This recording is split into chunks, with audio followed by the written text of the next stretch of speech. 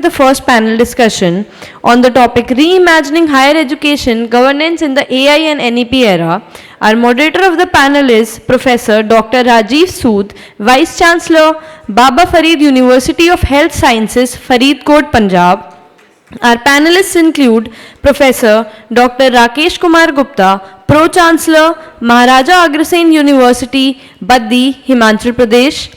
Professor Dr. Sanjeev Kumar Sharma, Vice Chancellor, Maharaja Ranjit Singh Punjab Technical University, Bhatinda, Punjab. Professor Dr. Jayanand, Pro Vice Chancellor, Shobhit Institute of Engineering and Technology, Meerut, Uttar Pradesh, and Mr. Vishal Sood, CEO from Placecom and UniAI. Can we please have a huge round of applause for all of our esteemed panel members?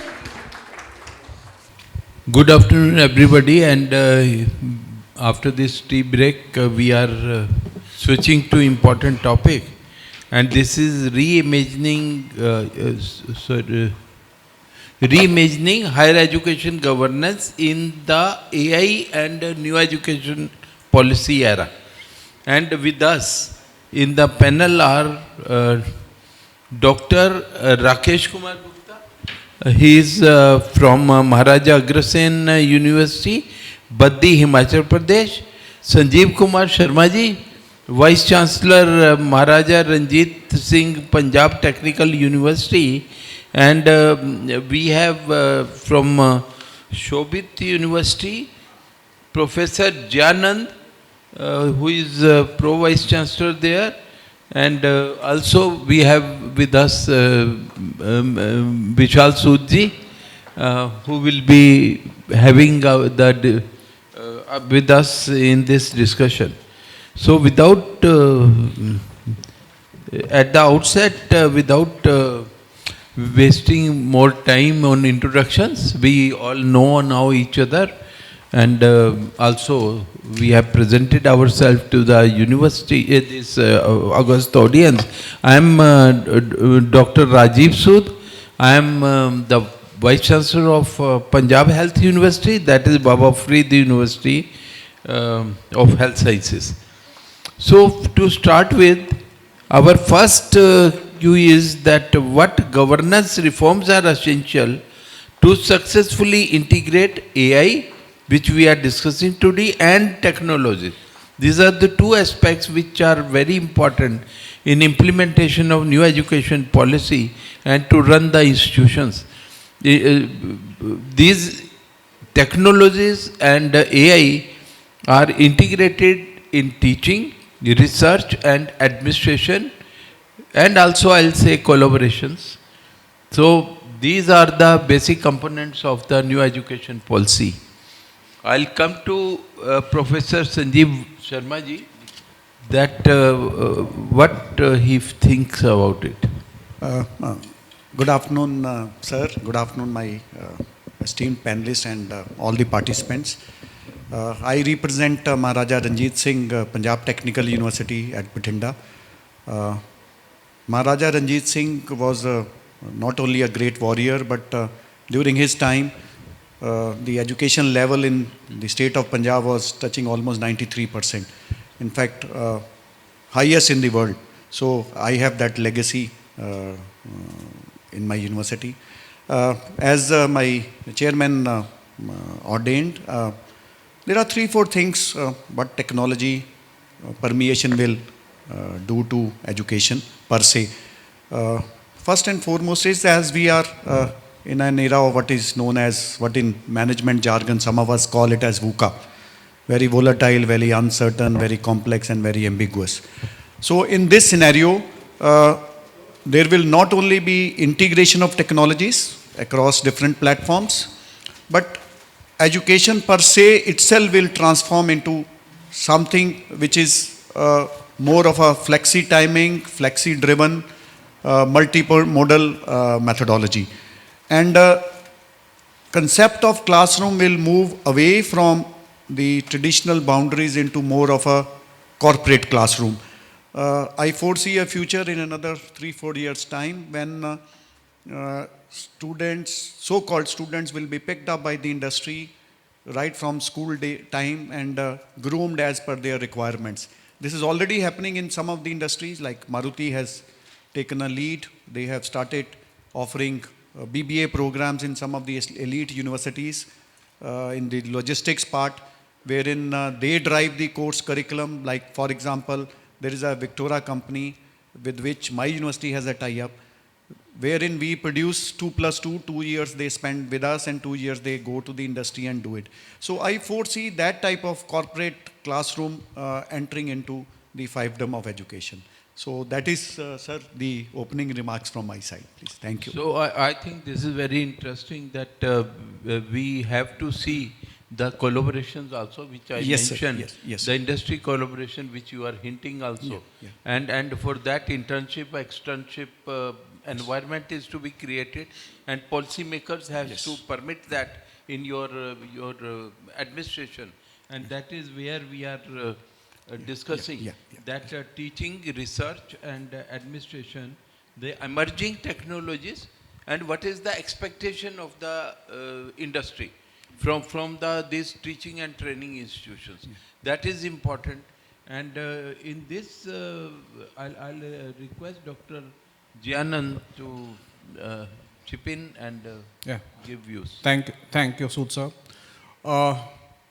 Good afternoon, all of you.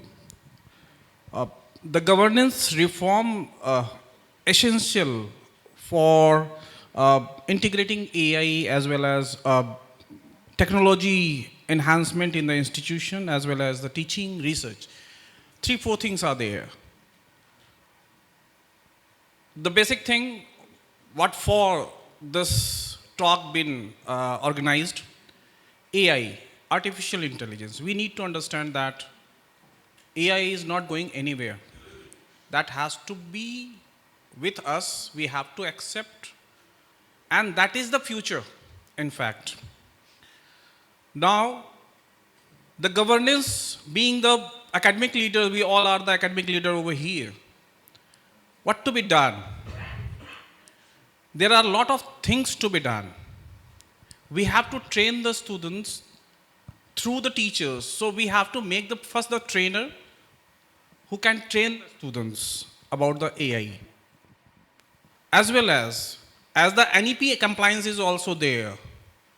Now it is very much comfortable for any administrator or the teacher to make the course curriculum, to make the material for the students as per their knowledge base. Like, we all are the teachers also, and we know that in a class we may not have same kind of students all. Some of them may be the good IQ level, some of them may a slow learner, they may have. By using AI, we can customize their assignments, we can customize their learnings, and we can frame their questions accordingly, so that even the slow learner should not be kept behind. They should also come up with the progressive learning with the AI. That is true. As well as technology. We are here from the private university or even the government institutions. We may not have all the technologies in the campus. That is the truth. We have to have the collaboration with the industry. Here, like 9+C, this platform may make the consortium for all of us to collaborate with the industry. What happens? Usually the academicians are very shy in the nature. They do not contact the industry people. Somewhere they feel that industry people are little different. To bridge this gap, even the government has put up the policy also that we have to employ the professor of practice even. But it is one-sided. The industry people may come in the academics, but the academician may not go to the industry. So that is there. So these all things are required. Curriculum can be customized through the AI, and even NEP has given this time, the education policy has given lot of flexibility. Means we can make the curriculum multidisciplinary, transdisciplinary. We can take the some of the classes from abroad even.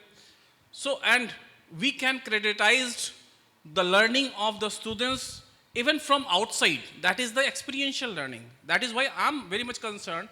If the student is getting the knowledge from outside, any learning, how we can make it creditized, and that is the question for all the edtech companies. They should they should come up with some solutions that this rubrics will be utilized for all the kind of skill set what the students are acquiring. Thank you, sir. Thank you. Thank you very much, Professor Janan. You have touched important aspects that some are slow learners, some are good students, but when the uniform curricula and uniform methodology is there, so that gives you edge, that you are treating everybody, all the students equally, and by defining competencies, and you have to develop the competency based and education, this outcome based teaching and also training. So this is evaluating tools are there important, and at present most of the, as I was discussing also, that tools are for assessing, validating your methodology are not there, and the curriculum is dynamic. As you have told that AI integration is going on, upgradation, and at present only I think we are able to integrate not only in one profession, this technical universities or medical universities or accountancy also, not more than 2% to 3% integration of AI has happened after all the efforts, and we are going on making the efforts. And curriculum is dynamic. Structured curriculum which used to last for 10 years, 15 years is no more valid, and the average life of curriculum in any system is now 5 months. So you cannot depend on the curriculum which is prescribed and you are following. And here comes the role of leadership in upskilling the faculty and administrators. We have to sensitize the administrators also, and then we have to tell the faculty also, and uniformly, and that AI driven academic environment is to be created. I'll now request Professor R.K. Gupta ji that after understanding this, that what all is going on in new education policy and AI, and how to integrate, because it is very difficult. Next speaker may tell us that what all is happening. But first I'll ask that what is the role of leadership for upskilling not only the faculty but also the administrators? First of all, I'm very thankful to the organizer for giving me this opportunity. Hello, Andy. For giving me this opportunity to be here with you.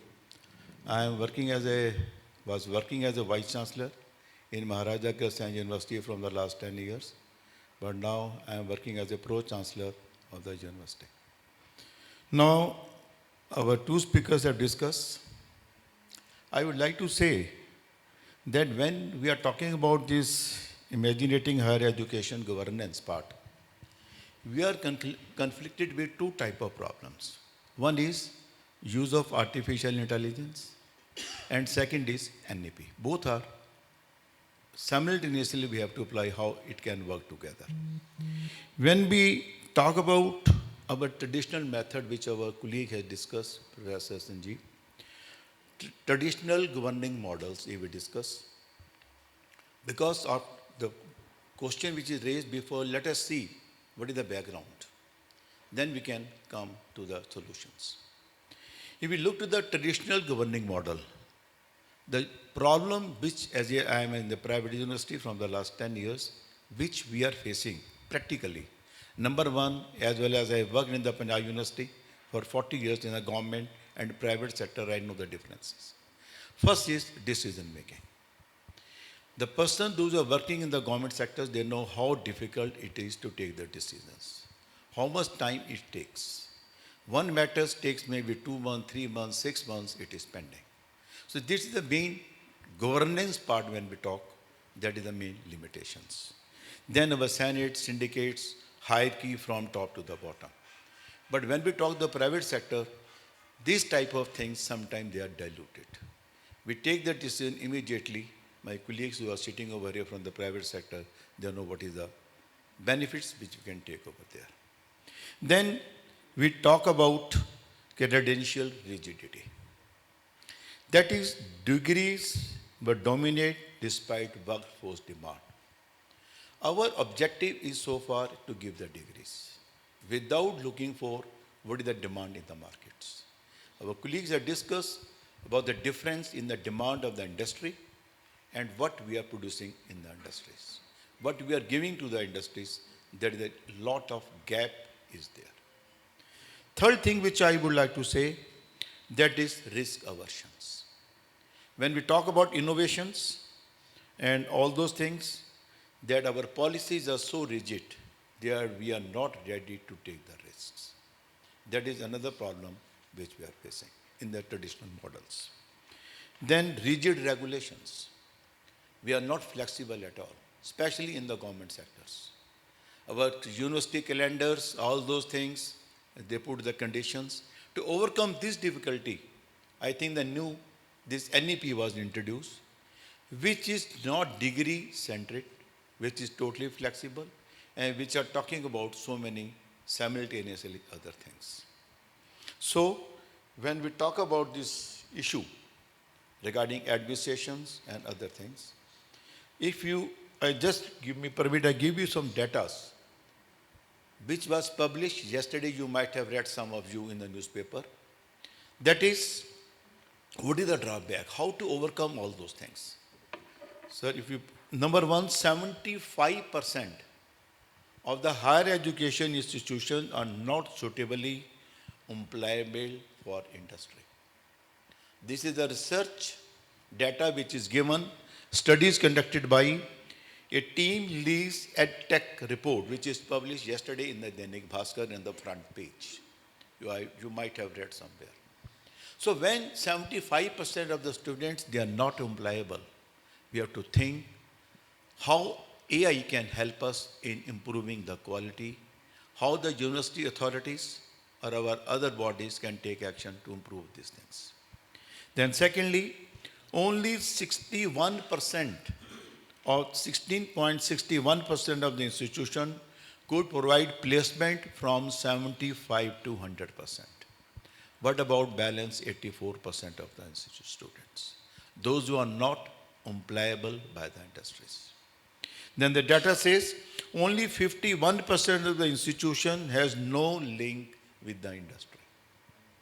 So this NEP is talking about how our other colleagues have also discussed, how we have to increase our interaction with the industries, how we have to come forward for these things. So regarding the leadership for which we are talking, though there are other data I will take later on.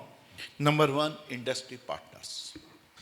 In most of the universities, in our board of studies, in academic councils, we are introducing a person from industry as the expert so that we can know their demands, what is the workforce demand, so that our students can be prepared accordingly. Secondly, I think learners and alumni is the main workforce. The learners should also be a part of the governing bodies. What is their expectation? And alumnus of the university should also be a part of these governing bodies. The data says hardly 9% give or alumni those who are active in any universities. Then artificial intelligence ethics specialist. There is a need that AI specialists should be a part of the governing bodies, because in these days we are facing a lot of problems regarding ethics also. That again needs to be considered. And the last I can say, data and cyber security experts should also be involved in the governing bodies.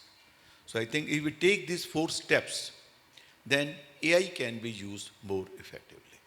So these are. Thank you, Professor Gupta. You have introduced, all explained all the bottlenecks also and the solutions also you have hinted upon, which we will be discussing further in the panel discussion. But it is very true that AI cannot replace the teachers. But yes, AI will assist and AI is to be integrated, and also we have to find out the mechanism which can be introduced in the institutional readiness and impact which we are expecting. So I'll ask Vishal Soodji, what mechanisms can be introduced to measure institutional readiness and impact in becoming AI-enabled universities? Thank you, sir, for this opportunity. I'm, thankful to the organizers for giving me a chance to be in such august company. So basically, before coming to, how do we, what mechanism needs to be set, I would like to take the thoughts, started by sir slightly further. Like some of the data he mentioned that around 75% of our students are not industry ready. I think this is a very starking data and it should alarm all of us. And one of the reasons, since we are talking about AI, and one of the reasons this happens is not because there is, lack of capability in students or lack of capability in teachers. One of the reason is language as a barrier. Most of our higher education still is a legacy of, colonial past.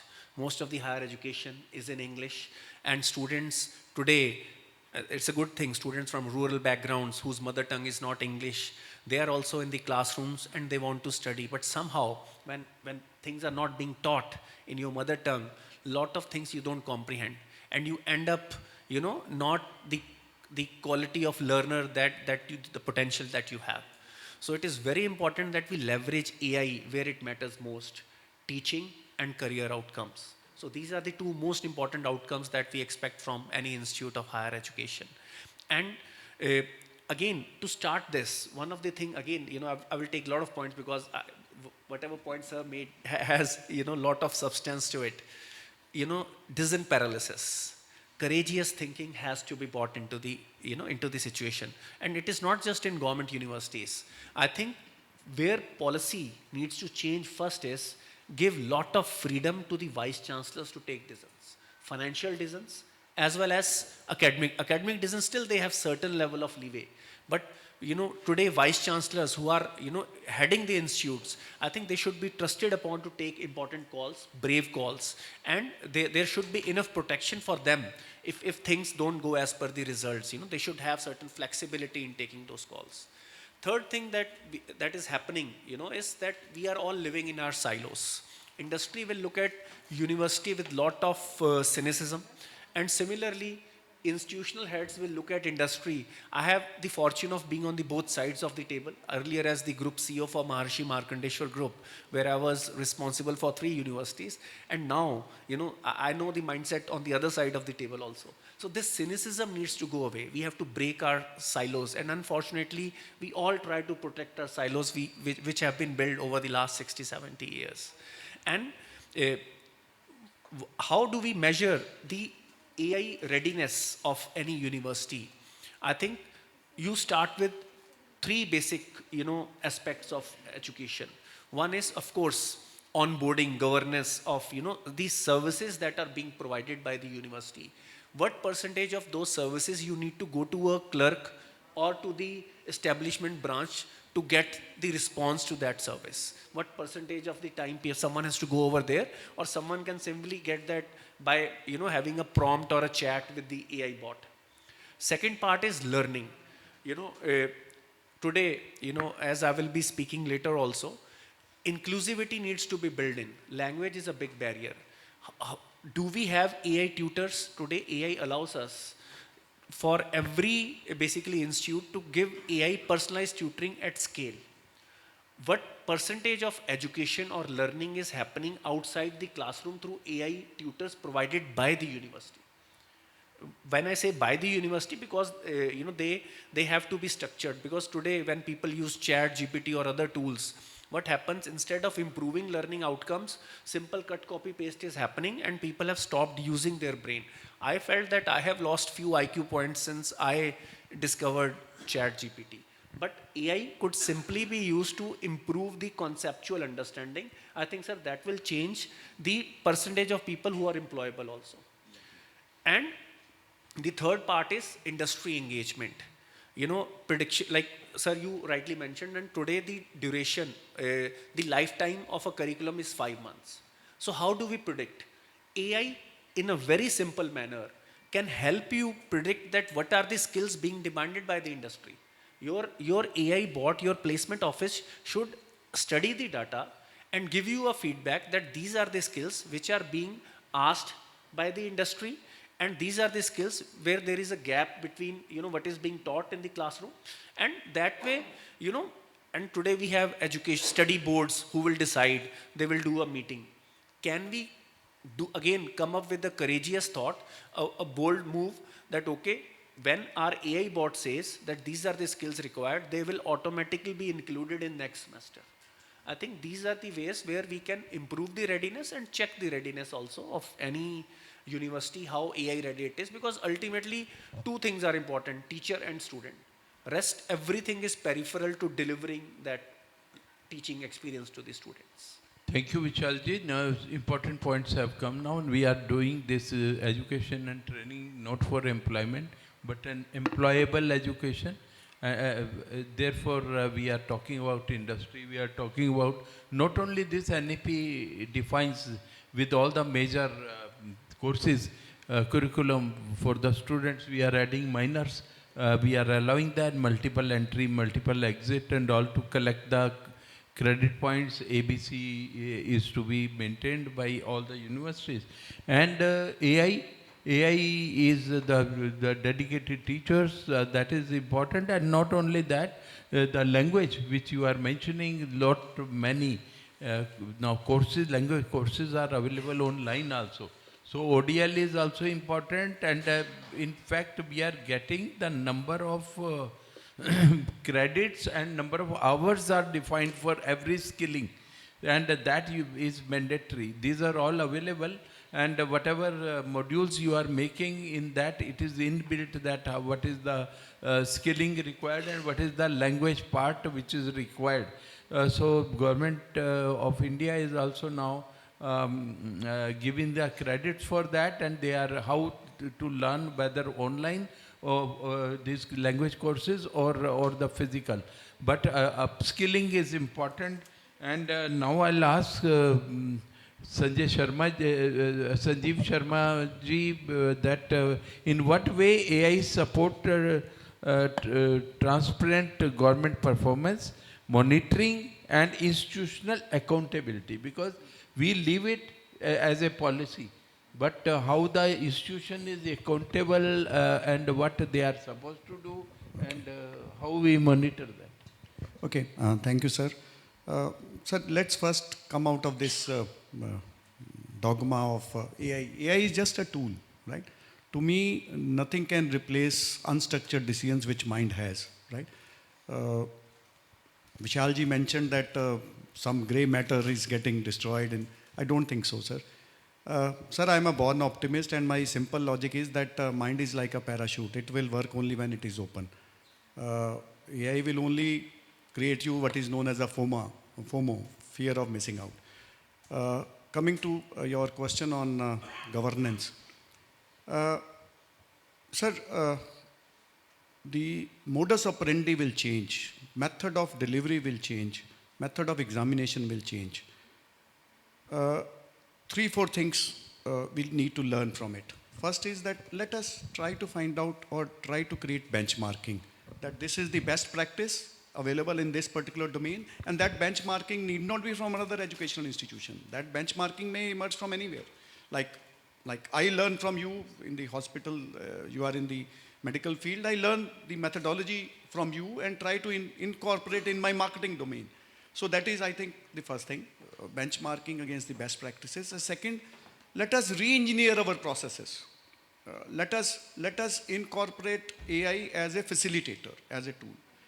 Sir, if I look at the governance of the educational system per se, I feel that another 3-4 years time, there will be a huge opportunity available to our educational institutions, especially the edtech companies, to look at huge virgin market which is available in some of the Asian countries, some of the African countries. So that is one thing which I am aware. Even in India, under the NEP 2020, it is proposed that by 2035 we will touch the gross enrollment ratio of around 50%, and we are currently only 32-33%. So let us leverage technology to reach this 50%, because in most of the developed countries they have reached the GER of 60% plus. So we are almost half of it. So using technology as a method of incorporating delivery, and second, governance reforms, which Professor R.K. Gupta. So I think that is the way ahead to me. Please. Thank you. Thank you, Professor Sanjeev. Now I'll ask Professor Jhanand ji that what best practices can university adopt to align academic quality, employability that we have partly discussed, and industry integration that also we have partly discussed, but that in relation to AI integration. Perfect. Best practices with the help of AI. Let me clear one thing. AI is the tool, as said, that is true. Who is brain behind the AI? We all are. That is not beyond the capacity of our own mind. That is true. We need to understand that AI will not take the job of the teachers. The academician would be there, the scientists would be there, because what they will be making, what they will be reporting in the international or a website, that will be fetched by the AI for your solution. So AI is not taking its own knowledge, it is taking the knowledge what we have already reposited in the website. Second, best practices. Here we are standing in the turning point, transition phase, where NEP is there. 5 years down the line, we are standing of NEP 2020. Still, we have we have not complied 100% NEP regulations in our all the organizations. Lot of nut bolts are tightened up. AI is again here. So we are opportunity to utilize the AI and comply the NEP. And this is the capacity of the leaders, the academic leader, those who will be taking the decisions wisely. The institution will go, the future of students will improve further. So best practices to make the SOP of all the organization, that we should have different kind of best practices, like how their evaluation should be there, from where the teaching materials to be taken, how their evaluation would be there. So everything will be kept in the website. Then best practices. And in that way, if we are taking good decision, but being the academic leader, then after the country will improve and the vision of 2047 will be achieved. Thank you, sir. I think these are all important points when we are talking about AI and NEP. The best practices, maybe some of the best practices which the university has, the other university or institution may have some other very good aspects. So in Punjab, we have made several groups and we are visiting each other. It is not only for the academics, the joint degrees, integrated degrees and other aspects are also coming in this. And also when we visit, even in research, we have acquired some tools in our university in crores of rupees. And when we go to the technical university, they have some other tools and which we are thinking of acquiring. So we can even share and collaborate on our basic infrastructure, basic gadgets which we have. So all these integrations and best practices are to be learned from each other and collaborated also. And then only with the industry we have discussed enough. And I'll come straight to now. Now we are almost taken lot of time. We will be short in our further interactions. What strategies are universities adopting now to make governance data driven and AI enabled without compromising the academic values? Now, regarding this issue, I just brief in nutshell the things that we as a vice chancellor, as an administrator, we have to plan in the times to come.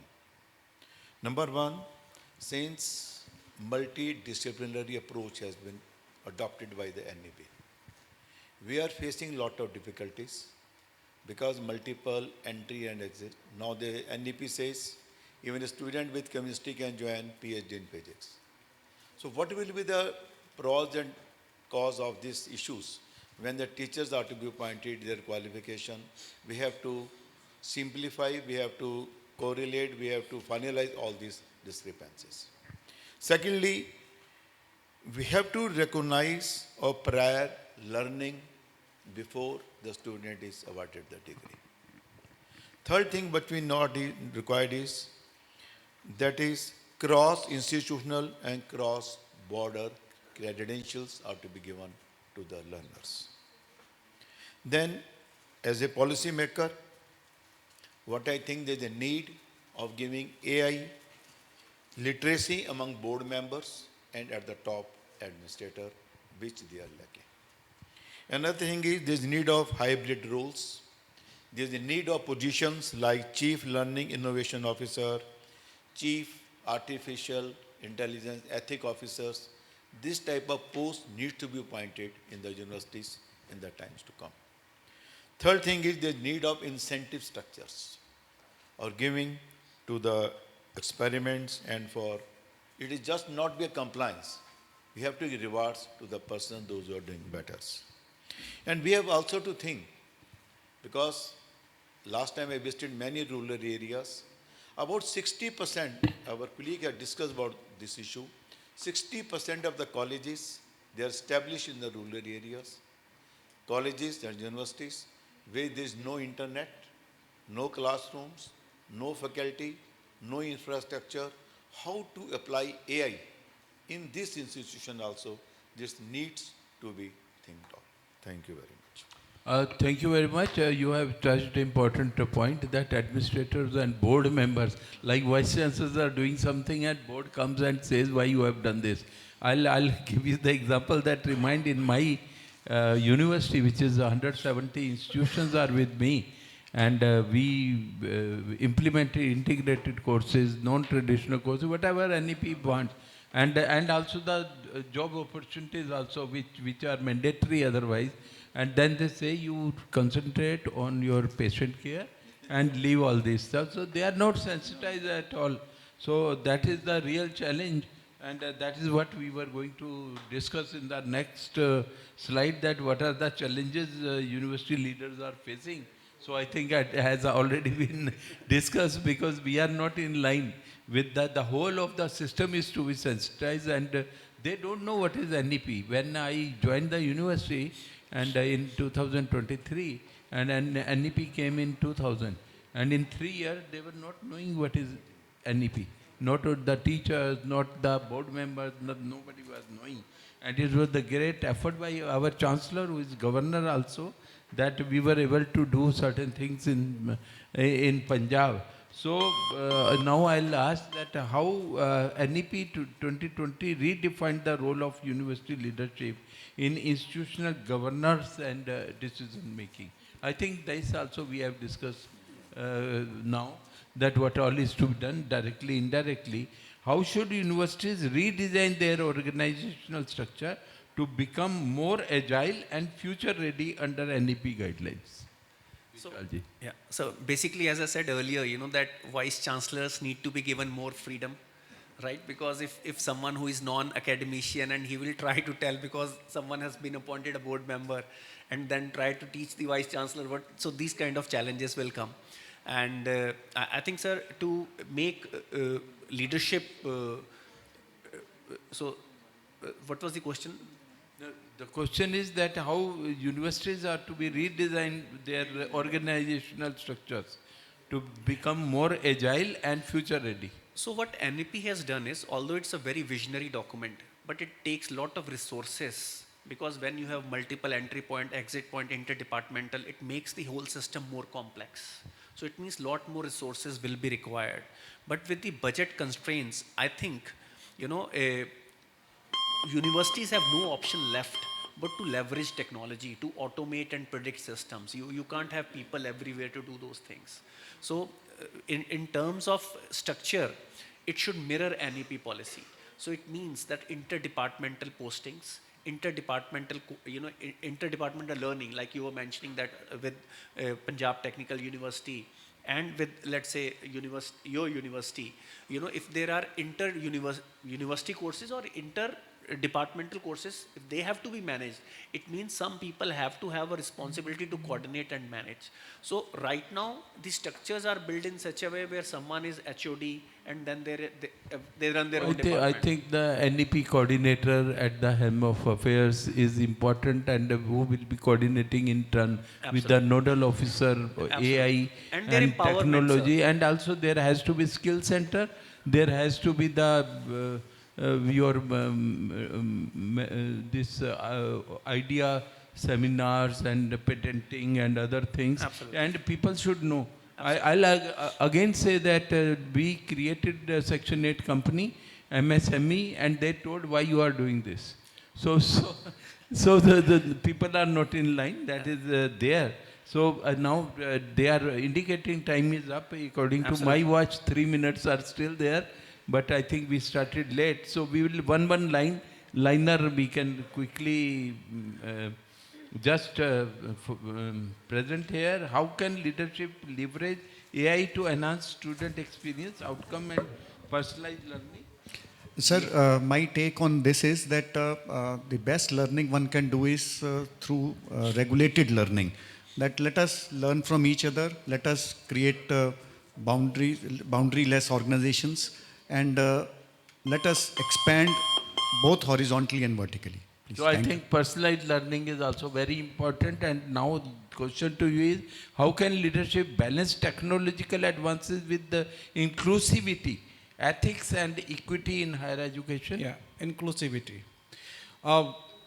We should play like the knowledge grid. All the institution can play like the knowledge grid. One institution cannot have every skill set in the organization.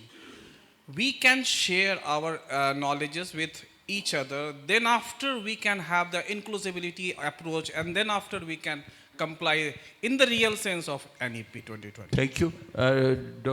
Professor Gupta, how can governance framework ensure ethical use of AI and cyber security?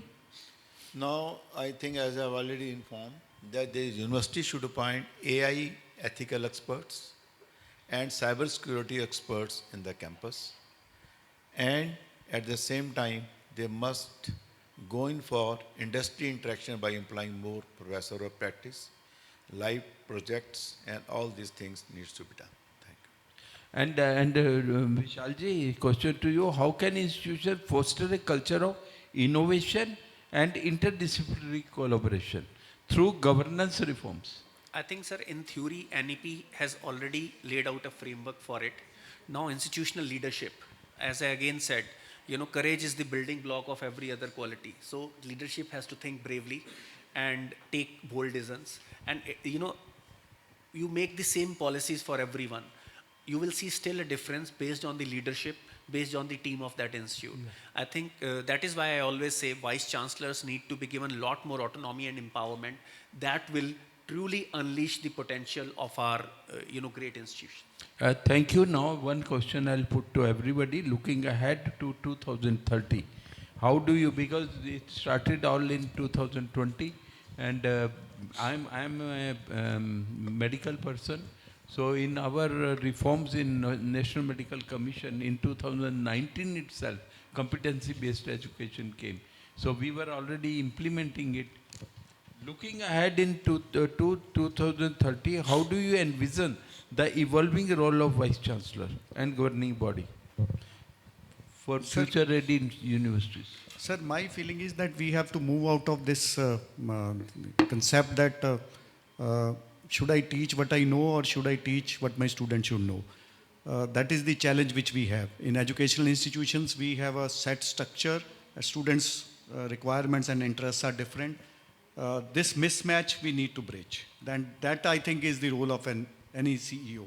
I call VC as a CEO because he has to not only manage the administration, he also has to manage the educational component, financial component, and all that stuff. So we need to move towards an holistic approach towards education. Thank you. Professor Jananji, what is your opinion? Yeah, holistic approach is needed, sir. And as I said that we should work not in the isolation. We should work collaboratively. We should share our all the like my PhD scholar should not frame the synopsis on the basis of infrastructure available in my organization or your organization. If all the instruments are available for him or her, his research will be uplifted, and then after the education system of the country will be improved. Okay. Professor Gupta, for future-ready universities, what is your No, I think in the take? times to come, we don't find any field, maybe medical, social sciences, management, law, everywhere. AI has to be used, and we have to make our students and teachers well equipped with this technology and concepts. Vichalji, your opinion? Sir, I think it is applicable now also, not just by 2030, that every vice chancellor should clearly define their positioning, whether they are primarily a knowledge generation institute or they are a primarily knowledge dissemination institute. So once you have that clarity of thought, you can allocate resources accordingly to that. So if you are primarily a knowledge dissemination institute, then industry engagement, of course, and then professor of practice, those kind of, becomes your priority. That If is you are very a, important. and if you are a knowledge generation institute, then research, scientific journals, that becomes your priority. And within the, because, university is a big organization, so you can define department wise also, which department, let's say if it is computer science department or it is bioscience department, which will be a knowledge generation department, which will be a knowledge dissemination department. So now you are right, the integrated courses, non-traditional courses, and when you are introducing nothing, faculty is not available. So professor of practice, UGC has now come with associate professor of practice and assistant professor of practice also. So this is very important. They may not be used for the clinical teaching needs, which are academic teaching requirements of the university, but they are very important for the functional need of the university.